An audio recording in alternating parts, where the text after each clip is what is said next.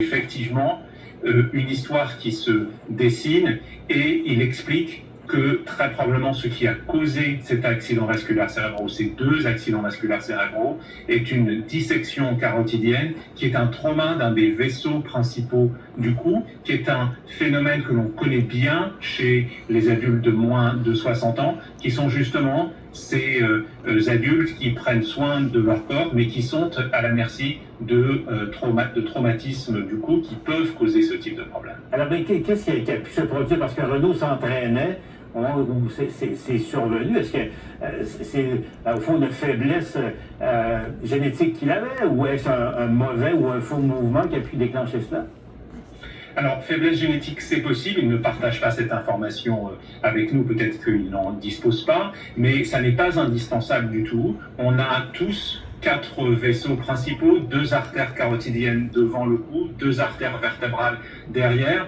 Et ces artères sont vulnérables à des traumatismes, c'est-à-dire des mouvements de cisaillement ou des mouvements de torsion qui peuvent détacher les différentes couches. Imaginez que ces vaisseaux sont formés de différentes couches qui sont bien collées les unes aux autres. Et lorsqu'on a ces mouvements traumatiques, ces différentes couches peuvent se détacher les unes des autres, avoir du sang qui circule dans un faux chenal indépendamment de ces couches. Et là, l'organisme vient tenter de venir à la rescousse et vient former des petits caillots de sang pour essayer de colmater la brèche.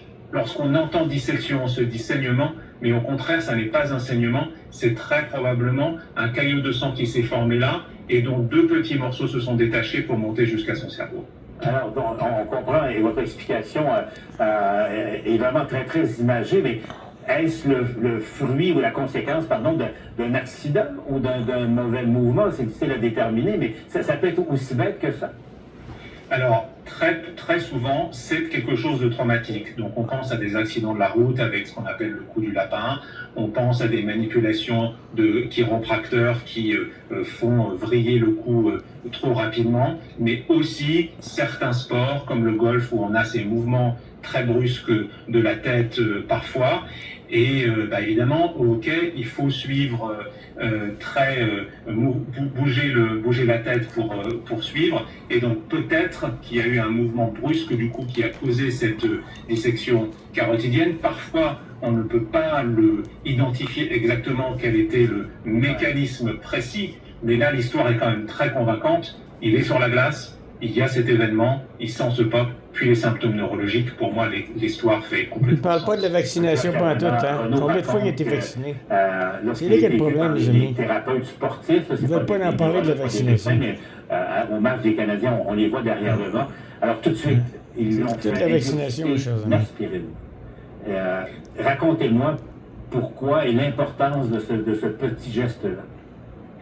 Alors, c'est vraiment un geste humain pour aider, mais je n'aurais pas donné une aspirine à Renaud si j'avais été avec lui, parce que le problème de l'aspirine, c'est que on ne sait pas, lorsqu'on est dans cette situation, si on est face à un accident vasculaire cérébral ischémique, c'est-à-dire avec un caillot de sang qui vient bloquer un vaisseau, ou si on est face à un accident vasculaire cérébral hémorragique, c'est-à-dire un vaisseau qui est rompu et qui saigne dans la tête.